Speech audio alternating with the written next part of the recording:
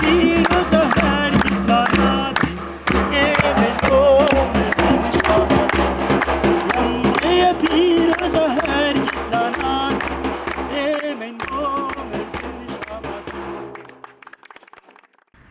ناوم جەبار عەلیە لە باشووری کوردستان لە هەرێمی شارەزور بەشداریم کردو لە قەڵغانی زیندوو.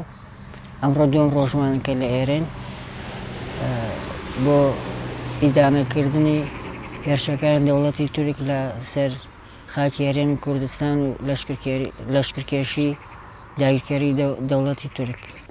شایەکەین و بە پەروەردەوە سەرقاڵین و خەڵکی باشێت سەردارمان ئەکات و بانگوازی ئەم بۆ ڕایگشتی ئەوەیە بێهەڵوێست نەبن، یعنی لەسەر هەر شوێنێکی خاکی کوردستان تایبەتی باشوور ئەگەر هێرشی دوژمن هەیە، ئەگەر لە شوێنێک هێرش هەبێ ینی ئەو کات بە ئاسانی لە شوێنەکانی تریشی کوردستان لە هەرێمی کوردستان بە ئاسانی شوێنێک بۆ ژیان نامێنێ.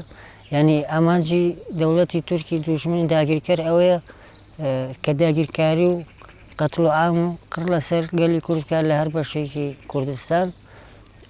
تایبەتیش لە دوای هێرشەکانی سەر ئافرین لە ڕۆژئاوا دەوڵەتی داگیرکەری تورک ئەمساڵ دەستی بە هێرشکردن کردووە. ماوەی دەیان ساڵەکە لە هەرێمی کوردستان لەشکرکێشی کردووە و لە ئێرە جێگیر بووە. ئێستش بەنیازیەوەی کە ئۆپراسیۆنی لە دژی گەلی کورد ئۆپراسیۆن بکات لە بادینان و لە برا دۆست و لە زاگرۆس و ئەوانە، ینی لەشکرکێشی ئەکات بەنیازی ئۆپراسیۆن. ئێمەش وەکو گەنجانی باشوور ئەمساڵ دووەم ساڵە کە قەڵغانی زیندوومان ڕاگەیاندووە و لە ئێرەین لە بناری قەندیل. ڕاستە ئەوان بێهەڵوێستن، ئەمە بێهەڵوێستی ئەو لایەنانە ئەو هێزی دەسەڵاتیان لە هەرێمی کوردستانە بەڕاستی شەرمە.